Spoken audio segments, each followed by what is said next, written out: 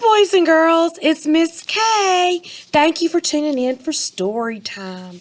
Today, we're going to read the story, The Little Engine That Could. Now remember, the author writes the words and the illustrator is responsible for the pictures. But before we get started with our story, let's review our vocabulary. We have the word discouraged. Have you ever been discouraged? Discouraged means to lose hope or confidence. Our next word is kind, helpful and friendly. I hope you are kind and display this often. Our next vocabulary word is confident. You need to be very confident that you are clever. You are a clever, confident learner. Confident means being sure of yourself. Persevere. To continue even when things are hard. Stranded means left behind, not able to go anywhere. Okay? Now, here is our book, The Little Engine That Could. That is the title. The title is what the story is called. The author is the person who wrote the story. It's, I'm going to say you pronounce it Watty Piper. Hopefully that's right. Okay? Now, the purpose of this read one, is to look at the pictures or the illustrations. Trains have very important jobs. They transport or carry things people need from one place to another. So you see this little train? I wonder why this little train's job is so important. So I want you to activate your schema, which you already know, your knowledge, and make a prediction. A prediction is a guess, an inference. So let's read and find out. Okay, here's my picture, or my illustration. Chug, chug, chug, puff, puff, puff. Ding dong, ding dong. The little train rumbled over the tracks. It's making a rumbling sound. She was a happy little train. Her cars, those are the things that are connected to the train, her cars, were filled with toys. Can you see those toys? Were filled with toy animals. Giraffes with long necks. Teddy bears with almost no necks at all, and even a baby elephant. There were dolls and the funniest little toy clown you ever saw. But that was not all. Some cars were filled with good things for boys and girls to eat. Look at all these things. Now, which things do you think is good for you to eat or good tasting to you?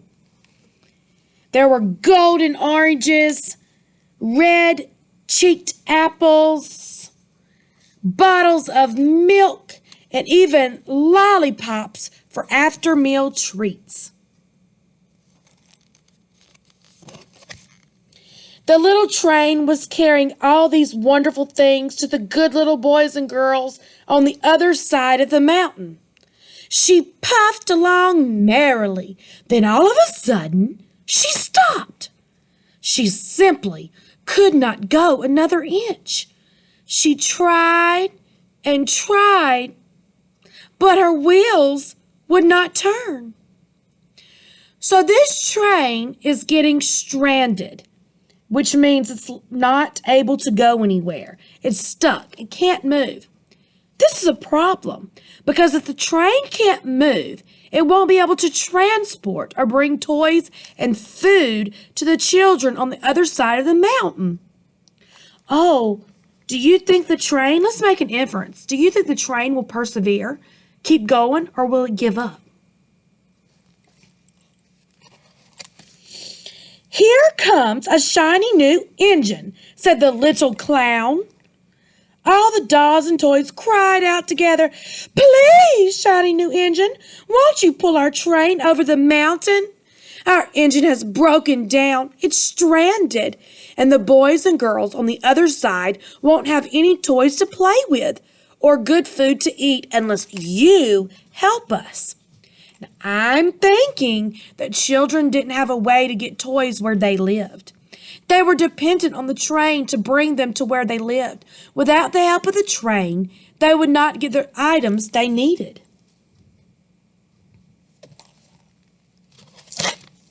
But the shiny new engine snorted. I pull you. I'm a passenger engine. My train has sleeping cars and a dining car with waiters to serve hungry people. I pull the likes of you. Indeed not. And off he steamed. Now, I think the passenger engine is refusing to help because he thinks he is more important than the little engine. He must think, since he is big and fancy and transport people from one place to another, he is just too important to help out a little train. Is he being kind? Notice how the dolls, stuffed animals, and clowns are standing near the train tracks so they can get the shiny new engine's attention.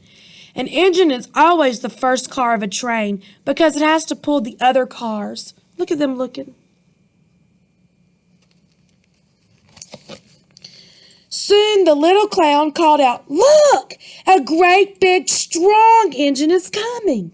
Please, oh please, big engine, cried all the dolls and toys. Won't you pull our train over the mountain? I'm a freight engine, the big strong engine bellowed. I have just pulled a train with big heavy machines. I am a very important engine indeed. I won't pull the likes of you. And the big engine puffed off. Now, are they being kind? No, I really don't think they're being kind. And so I think they're kind of getting discouraged. They're losing confidence. But the dolls and the toys asked the big freight engine to please help pull their train. They tried to make him understand that children were dependent on their train to bring them food and toys. Without his help, the children would not get what they needed. Oh, that's not being kind. But the big, strong freight train refused to help because he thinks his job of pulling machines is more important than the train's job. He must not think the little train is important enough for him to pull. Well, boys and girls, no matter how big or small, that train is not more important. Everybody is important. Just like you. Just because you're big or small, you're not more important than anybody else. Everybody's important. We have to be kind. The little train and all the dolls and toys were very sad. They were discouraged. Cheer up, said the little clown. The big engine is not the only one in the world. Here comes another. He looks very old and tired, but our train is so little, perhaps he can help us.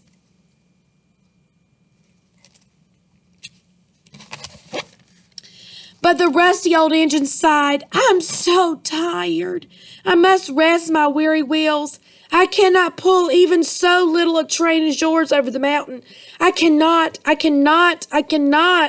And off he rumbled. Notice the same thing happened again. The dolls and toys keep asking the engines that pass by for help. They keep asking. They're determined to get help for the train. But the old engine refused to help. In fact, he didn't even try. He just kept saying, I cannot. So if I go back to page 9, right here.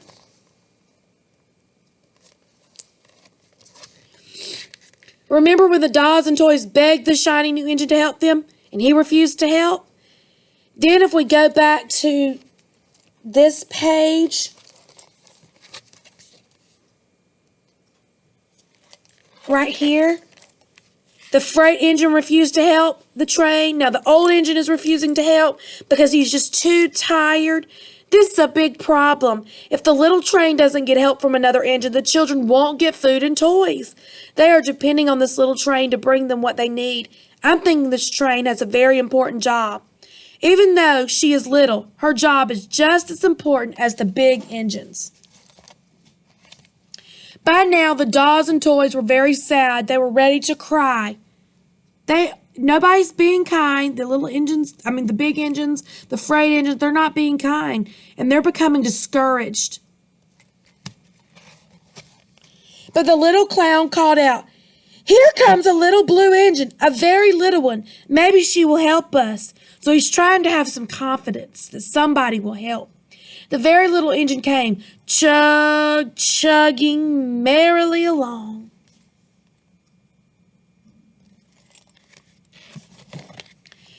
"What is the matter, my friends?" she asked kindly. "Oh, little blue engine," cried the dolls and toys, "will you pull us over the mountain? Our engine has broken down, and the good boys and girls on the other side won't have any toys to play with or good food to eat unless you help us. Please, please help."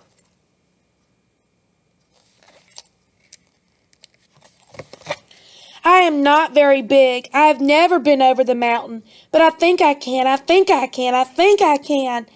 And the little blue engine hitched herself to the train. She tugged and she pulled and tugged, and slowly, slowly, slowly they started off. So she's displaying kindness and confidence. Puff, puff, chug, chug went the little blue engine. "I think I can, I think I can, I think I can, I think I can." The dolls and toys were determined to get help. They persevered. They did not give up. After they asked for help and explained their problem, the little engine realized how important the train's job was.